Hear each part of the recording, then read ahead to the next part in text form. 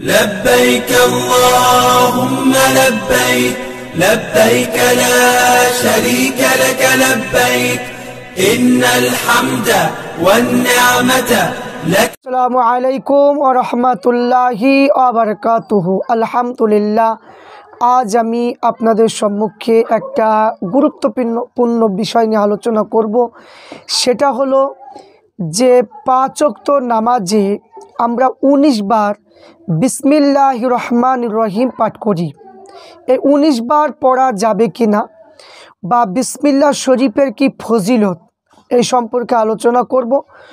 বর্তমান সময়ে কিছু আহলে হাদিস লামাযাবি ওহাবিরা বলছে যে না, 19 বার বিসমিল্লাহ শরীফ পড়া চলবে না। তো আমরা দেখব কিতাব অনুযায়ী যে বিসমিল্লাহ শরীফের কি ফজিলত এবং এই সম্পর্কে একটু আলোচনা আমরা করব।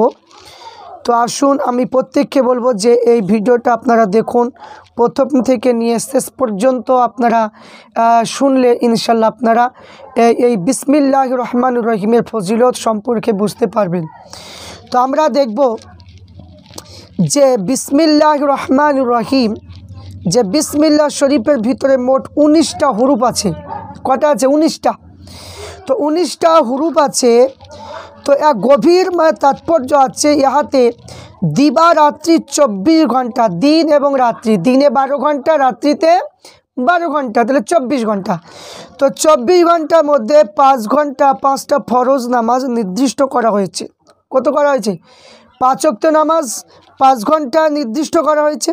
তো বাকি 19 ঘন্টা মানুষ চলাফেরা করে, উঠা বসা করে, শোয়া জায়গা, খানা পিনা, কাজ করে থাকে। তো এই 19 ঘন্টা যেন মানুষের ইবাদতে শূন্য অবস্থায় যেন না যায়, সেই জন্য বিসমিল্লাহির রহমানির রহিম যদি 19টি হুরুফে নির্বাচিত করেছেন, প্রতি ঘন্টার জন্য একটি অক্ষরে একটি অক্ষরে মক্কেল রাখা হয়েছে, যে প্রতি ঘন্টা 19 বার করে বিসমিল্লাহ শরীফ পাঠ করা আমাদের উচিত, যেন দিবারাত্রি 24 ঘন্টা ইবাদতের মধ্যে শামিল হবে।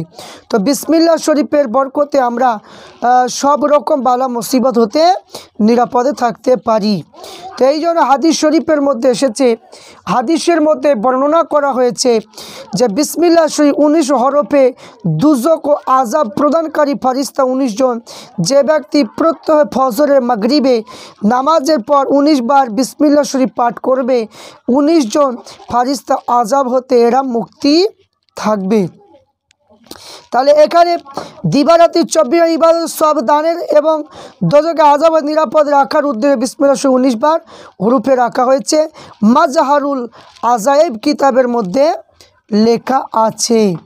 তাহলে এখানে আমরা যে 5 ওয়াক্ত যে নামাজে আমরা 19 বার করে যে বিসমিল্লাহির রহমানির রহিম পাঠ করি, তার কারণ হলো যে 19 ঘন্টা আমাদের ইবাদতে কেটে যাবে এবং 5 ঘন্টা নামাজের, তাহলে 24 ঘন্টা আমাদের ইবাদতের মধ্যে কেটে যাবে।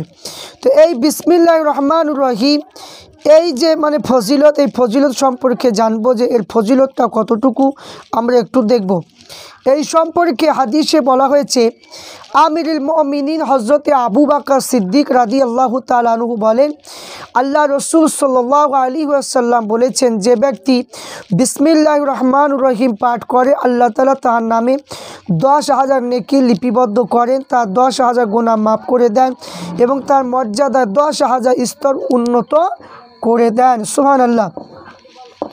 তারপর আমরা দেখব, যে ব্যক্তি একবার বিসমিল্লাহ শরীফ পাঠ করে তার সামান্য পরিমাণ গুনাহ অবশিষ্ট থাকে না, সমস্ত গুনাহ মাফ হয়ে যায়। অবশ্যই সমস্ত গুনাহ বলতে কেবল সাগীরা গুনাহ বোঝায়, কাবিরা গুনাহ খাঁটি তওবা ছাড়া মাফ হয় না। মুহাদ্দিসিন কেরামগণের অভিমত যে বলে, যখন কোনো ব্যক্তি বিসমিল্লাহির রহমানির রহিম পাঠ করে তখন শয়তান এমনভাবে গলে যায় যেন আগুনের সীসা যেমন গলে যায়, সেই রকমভাবে। হযরত আনাস ইবনে মালিক রাদিয়াল্লাহু তাআলা আনহু বর্ণিত করে, আল্লাহ রসুল সাল্লাল্লাহু আলাইহি ওয়াসাল্লাম বলেছে যে আদম সন্তান যখন পায়খানা, প্রস্রাব কিংবা স্ত্রী সবের উদ্দেশ্য শরীরের গুপ্তাঙ্গ জাবৃত করে, তখন জিন শয়তান তাহার কাজে প্রতিবন্ধিত সৃষ্টি করে, তার জ্বালাতন করে। কিন্তু গুপ্তাঙ্গ যখন পর্দা তুলে, তখন বিসমিল্লাহ পাঠ করলে স্ত্রী হোক কিংবা পুরুষ, তার জিন শয়তানের মাঝখানে একখানি পর্দা পড়ে যায়। ফলে তাদের দেহ দেখা এবং তাদের কাছে হস্তক্ষেপ করা শয়তানের পক্ষে সম্ভব হয় না। তাহলে এখানে বিসমিল্লাহির রহমানির রহিম যদি পড়ে যখন, তখন কিন্তু এই শয়তানের মানে কি সামনে একটা পর্দা পড়ে যায়, সে আর কিছু করতে পারে না। সাহাবায়ে কিরামেরা বর্ণনা করেছে, হযরত আবু বকর সিদ্দিক রাদিয়াল্লাহু তাআলা আনহু তিনি বর্ণনা করেছেন যে ব্যক্তি বিসমিল্লাহির রহমানির রহিম পাঠ করে তার জন্য বড় খুশখবর, কিয়ামতের দিনে সে বেহেশতের অফুরন্ত নিয়ামতের মধ্যে কি আনন্দের সঙ্গে না ডুবিয়ে থাকবে, জান্নাতে সে অবশ্যই নিয়ামতের অধিকারী হবে। উমারে ফারুক রাদিয়াল্লাহু তাআলা আনহু তিনি বললেন যে বিসমিল্লাহ সে এমন ফজিলত কালেমা যা না থাকলে সমগ্র বিশ্ব ধ্বংস হয়ে যেত, এর বরকত সারা জাহান টিকিয়ে আছে। উসমান গনি বললেন, যে ব্যক্তি সারা জীবনের মধ্যে একবার বিসমিল্লাহ পাঠ করে তার অতি সামান্য পরিমাণ পাপ অবশিষ্ট থাকবে না। তারপরে এখানে যে বিসমিল্লাহির রহমানির রহিম এর যে কথা বলা হয়েছে হাদিসের মধ্যে এসেছে, জাহান্নামী যে তত্ত্বাবধানে যে ফারিস্তা নিযুক্ত করা হবে, মালিক নামে ফারিস্তা, তার অধীনস্থ কোনো ফারিস্তাকে দোজখের কোনো বিভাগে, কোন বিভাগে, এখানে বলা হয়েছে কোনো বিভাগে কার প্রতি আযাব দেওয়ার জন্য পাঠানো কালে সেই ফারিস্তার কপালে বিসমিল্লাহির রহমানির রহিম কথাটা লেখা থাকবে। ফলে দোজখে আগুন তার সম্পূর্ণরূপে নিরাপদে থাকিয়া তিনি দোজখের বিভিন্ন স্তরে চলাফেরা করেন। সুবহানাল্লাহ। দোজখের দারোগা তার অধীনস্থ ফারিস্তা কপালে এই পবিত্র বাক্য লিখে দিলে তিনি আগুন হতে নিরাপদ থাকতে পারেন। তাই সেখানে মানুষ কি মানুষ কি এই পাক কালামের বরকতে দোজখ হতে নিরাপদ থাকবে না? আমার বিশ্বাস আল্লাহর রহমত বিসমিল্লাহ শরীফের বরকতে মানুষের নিশ্চয় দোজখ হতে নিরাপদে থাকবে। তাহলে কি সুন্দর কথাটা। তাহলে দেখুন যে বিসমিল্লাহির রহমানির রহিম যে এই আয়াতটা, এটা মূলত যে কোরআন শরীফের একটা আয়াত, আর সেই আয়াতকে যদি আপনি যদি ভালোবাসেন তাহলে আপনার কত ফজিলত কি রয়েছে এই সম্পর্কে। এই বিসমিল্লাহির রহমানির রহিম এটা হলো কোরআন শরীফের আয়াত। এই আয়াতকে সম্মান করার জন্য আল্লাহ পাক রব্বুল আলামিন একজনকে আল্লাহর ওলি বানিয়েছেন। যেমন হযরত বিশর হাফি রহমাতুল্লাহ আলাই, তিনি একজন মদখোর, শরাব পান করতেন, মদখোর ছিলেন সেই যুগে। একদা তিনি শরাবখোর মদখোর আড্ডাখানায় তিনি যাচ্ছিলেন, যেতে যেতে দেখলেন রাস্তার ধারে বিসমিল্লাহির রহমানির রহিম এক খণ্ড কাগজের টুকরায় লেখা আছে। তিনি সেই টুকরাটা তুলে তিনি ময়লাগুলো পরিষ্কার করে বাড়িতে আনলেন। আনা পরে সেই বিসমিল্লাহির রহমানির রহিম তিনি উচ্চ জায়গায় রেখে দিলেন। উচ্চ জায়গায় রেখে দেওয়ার পরে তিনি এত সম্মান তাজিম করলেন। এই সম্মান তাজিমের জন্য হযরতে বিশর হাফি রহমাতুল্লাহ আলাইকে আল্লাহ পাক আল্লাহর ওলি বানিয়েছিলেন। তারপরে দ্বিতীয় আপনার এই বিসমিল্লাহির রহমানির রহিম এত ফজিলত যে হযরতে উমারে ফারুক রাদিয়াল্লাহু তাআলা আনহুর জামানাতে রোম সম্রাটের কাইসার ইসলাম গ্রহণ করার পরে একদিন আমিরুল মুমিনিন উমারে ফারুক রাদিয়াল্লাহু তাআলা আনহুকে আরজি করলেন, হুজুর আমার মাথা সবসময় ব্যথা করে, আমি মাথা ব্যথার জ্বালায় থাকতে পারি না। উমারে ফারুক রাদিয়াল্লাহু তাআলা তিনি আর মাথার ওই বাদশার মাথার টুপি নিয়ে তিনি বিসমিল্লাহির রহমানির রহিম লিখেছিলেন, সেইটা না মাথায় দিয়ে দিলেন, মাথা ব্যথা ভালো হয়ে যেত। তো বাদশাহ কাইসার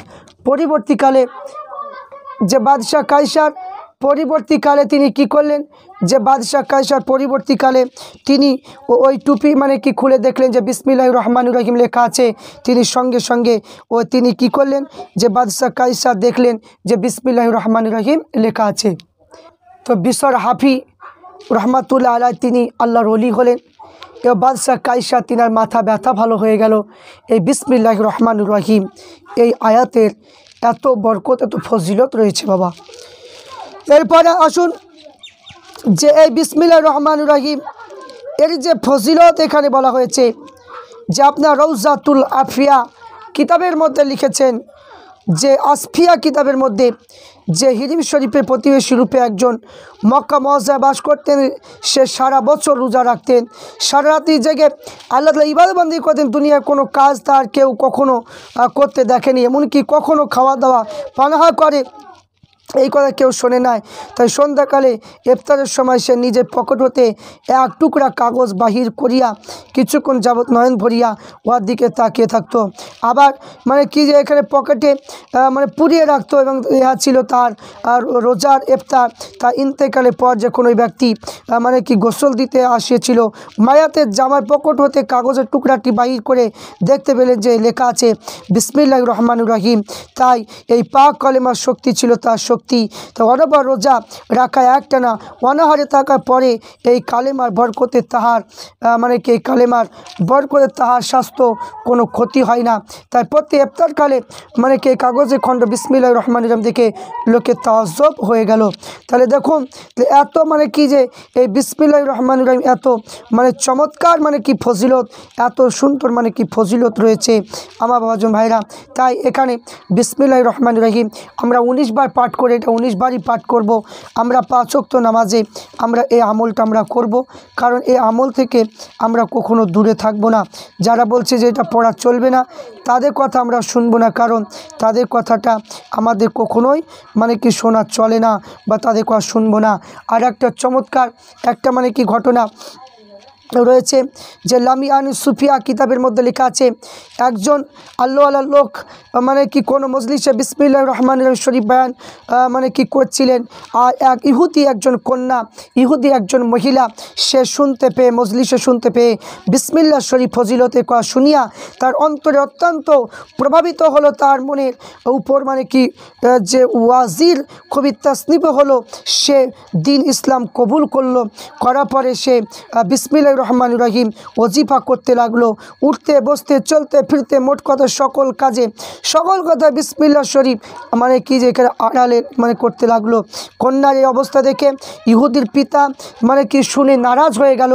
নারাজ হয়ে যাওয়ার পরে কন্যার মুখে বিসমিল্লাহির রহমানির রহিম জিকিরটা বাড়িতে যখন করতে লাগলো, এটা দেখে সে তার মেয়ের উপর নির্যাতন করতে লাগলো এবং কন্যার বিসমিল্লাহর জিকির হতে বিরত করতে না পেরে পিতা মনে মনে স্থির করলো যে কোনো জঘন্য অপবাদ দিয়ে তার দ্বারে তাহাকে মেরে ফেলবো।